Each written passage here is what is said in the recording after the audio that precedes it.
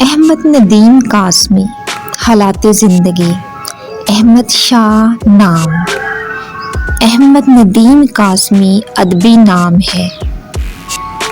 انگا تحصیل خوشاب، ضلع سرگودا میں 20 نومبر 1914 کو پیدا ہوئے۔ آپ کے والد پیر غلام نبی مرحوم اپنی عبادت، زاہد، تقویٰ کی وجہ سے اہل اللہ میں شمار ہوتے تھے۔ ندیم کی ابتدائی تعلیم گاؤں میں ہوئی۔ 1923 میں والد کی انتقال کے بعد اپنے چچا حیدر شاہ کے پاس کیمبل فورٹ چلے گئے۔ وہاں مذہبی، علمی اور شاعرانہ ماحول میسر آیا۔ 1931 میں میٹرک کیا اور بہاولپور کالج میں داخل ہو گئے۔ 1935 میں BA کیا۔ 1939 میں محکمہ آبکاری میں ملازم ہو گئے۔ 1942 میں مستعفی ہو کر لاہور چلے گئے۔ تہذیب نصفاں اور پھول کی ادارت سنبھالی۔ 1943 میں ادبی لطیف کے ایڈیٹر مقرر ہوئے۔ تقسیم کے بعد 1.5 سال تک ریڈیو پاکستان پشاور میں ملازم رہے۔ پھر حاجرہ مسرور کے ساتھ مل کر نقوش کی ادارت سنبھالی۔ امروز سے وابستہ ہوئے اور اب حروف و حکایت والا کام انکا کے فلمی نام سے لکھتے ہیں۔ فنون ادبی پرچہ ان کی ادارت میں نکل رہا ہے۔ مئی 1976 میں مجلس ترقی ادب کے ڈائریکٹر ہوئے۔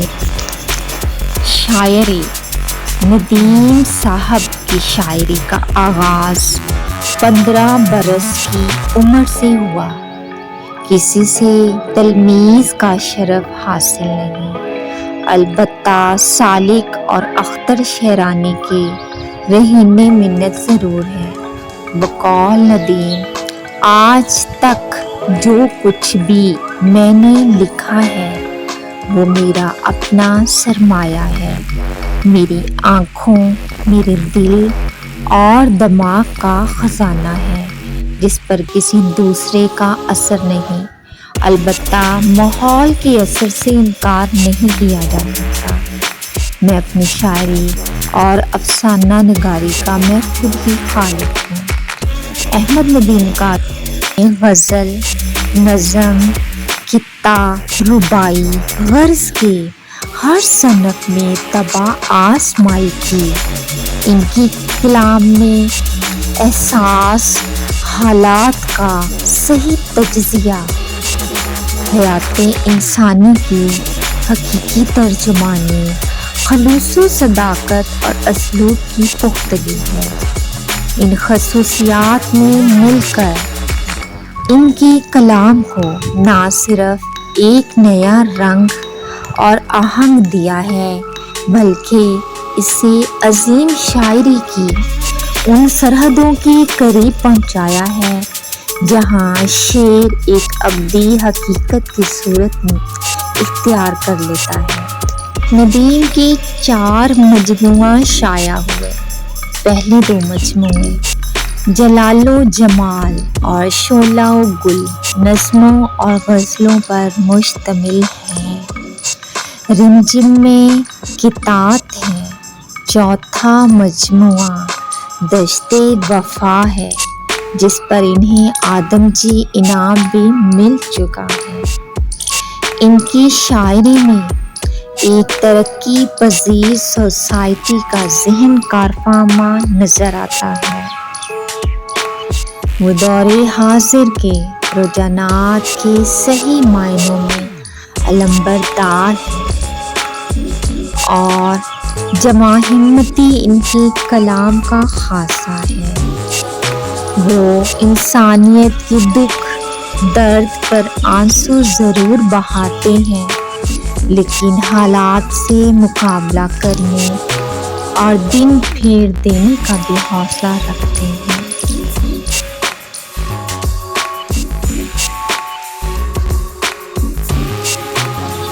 جتنے چبھتے ہیں پاؤں میں کانٹے، حوصلہ اور بھی بڑھ جاتا ہے۔ ان کے نزدیک ایک شاعر ہونے کے علاوہ انسان بھی ہے، لہٰذا ان پر انسان کی عظمتوں کو پا لینے کی کوشش کرنا بھی فرض ہے۔ وہ اپنے فن کی لطافتوں سے ایسی شمع فروزاں کرنے کی خواہاں ہیں جو زندگی کو تابندگی بخشے۔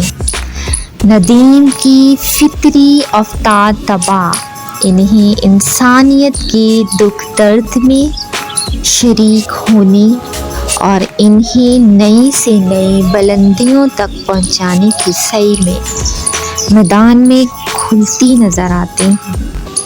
اپنی غزلوں میں بھی اکثر غم جانا چھوڑ کر غم دوراں لے بیٹھتے ہیں۔ کون کہتا ہے کہ موت آئی تو مر جاؤں گا؟ کون کہتا ہے کہ موت آئی تو مر جاؤں گا؟ میں تو دریا ہوں، سمندر میں اتر جاؤں گا۔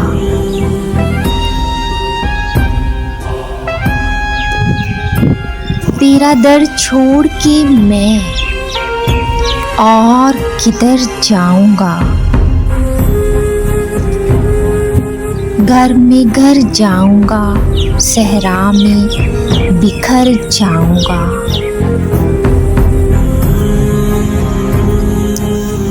تیرے پہلو سے جو اٹھوں گا تو مشکل یہ ہے، صرف ایک شخص کو پا لوں گا جدھر جاؤں گا۔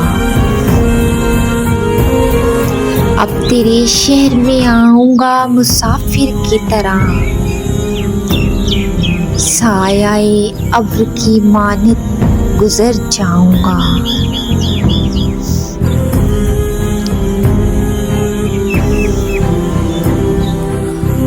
تیرا پیمانے وفا راہ کی دیوار بنا، ورنہ سوچا تھا کہ جب چاہوں گا مر جاؤں گا۔ چارہ سازوں سے الگ ہے میرا معیار کہ میں زخم کھاؤں گا تو کچھ اور سنور جاؤں گا۔ اب تو خورشید کو ڈوبے ہوئے صدیاں گزری، اب اسے ڈھونڈنے میں تاب سحر جاؤں گا۔